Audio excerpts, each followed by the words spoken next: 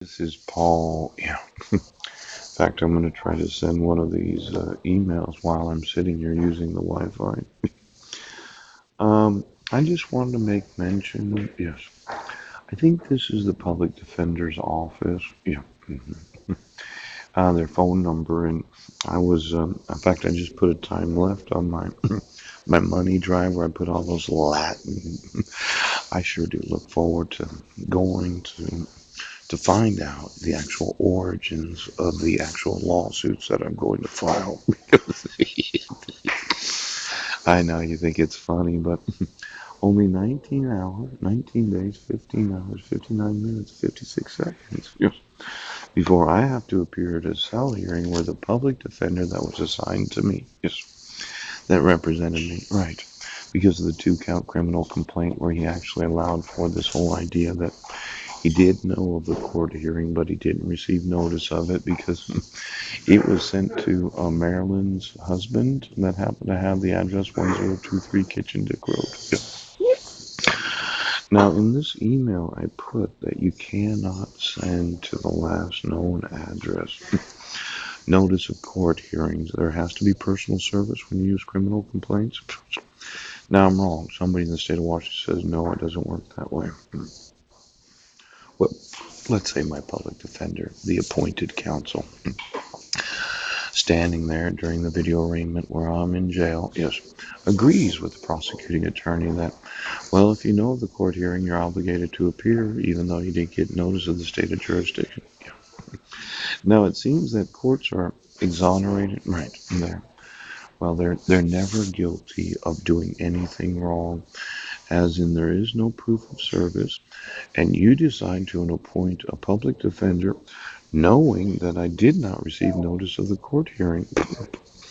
Now, can you actually appoint a public defender for a failure to appear to a court hearing where you know that 1023 Kitchen Dick Road is not my address? Now, there's a lawsuit here, okay? Think about it for just a quick second. I asked the judge, where'd you send it? Church. She says 1023 Kitchen Dick Road, the last known address. I'm like, well, I haven't lived there for 5 years. She's like, that's not my problem. You have to know we're having court hearings, even though you don't get your mail there. Now, an arraignment is a little different situation. See, I put in the email that without charging language, right, I can't be proven innocent. Without a police report, yes. There's no possible way that I can be found innocent because there's a certain word, and it might be in Latin. I forgot what it is. Something about a certificate in form proves that you're not guilty of a crime. Yes. But you probably sent that to 1023 Kitchen Dick Road too.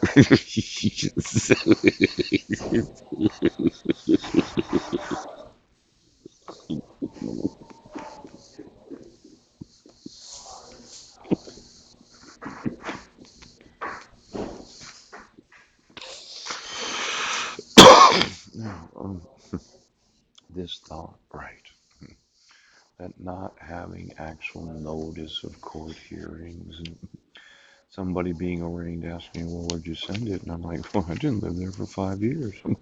I don't know where the petitioner lives and I don't know where she works. Yes. And then you assign counsel to me for a failure to appear for a criminal complaint hearing. Yes.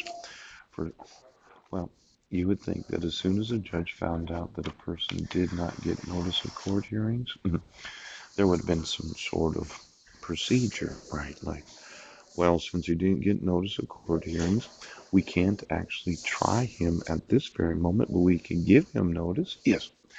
And then he wouldn't be on personal recognizance. Can you actually assign counsel to an individual that didn't get personal service? Well, I said mail fraud, where um, sending notices of court hearings to 1023 not only might they employ dishonest service, yes, but I looked at that unnecessary delay in one of these pieces of literature that I downloaded that evaluates every nation of the world for their unnecessary delays. I know, you're the court. There's no possible way you're going to prison, Pooch. You don't think it's police brutality to arrest somebody when you know that where they sent the information, right, was not their actual address because Mike Van Point decided to pay the police and sheriff's departments to intentionally obstruct my rights as a citizen. And you're going to try me at a cell hearing? Yes. Well, you know I wasn't there because you sent it to Mike Van Poyen's address. Now, I mentioned this? Yes. 1023 Kitchen Dick Road? Yes. The county intentionally did not change my address. And without an actual police record and law enforcement involvement, yes, you can't actually charge me with a crime. Pooh. And if you can't charge me with a crime, then you can't issue it starts with an A. I know it's here someplace. Just a second.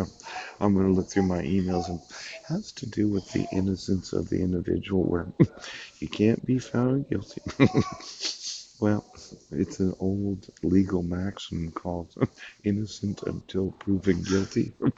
Similar to you can't fail to appear when you did not give notice of court hearing. These legal maxims.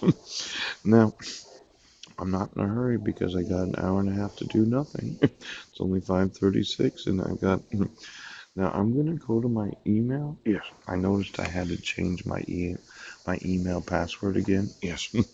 And I picked a really hard one, KEEP 5000. Yes. Don't tell anybody.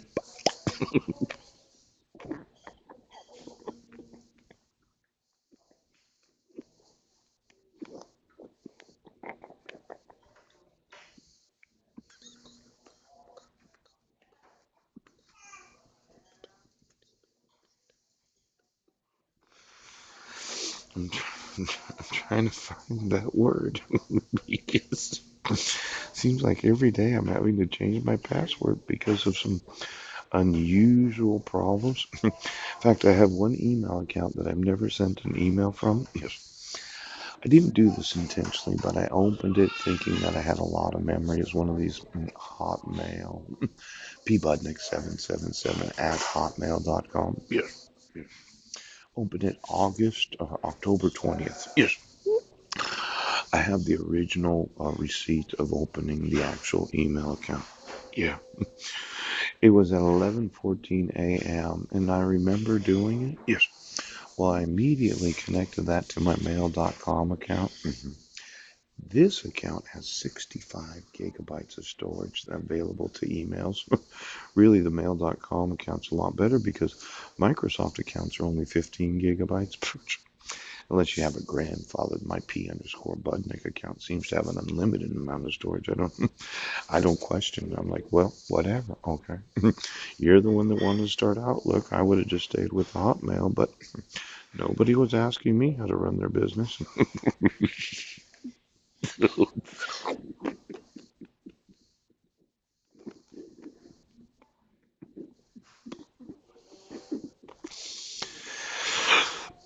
Well, what happened was I used that new Outlook account to connect to my mail account, and it immediately loaded the whole thing 15 gigabytes, right?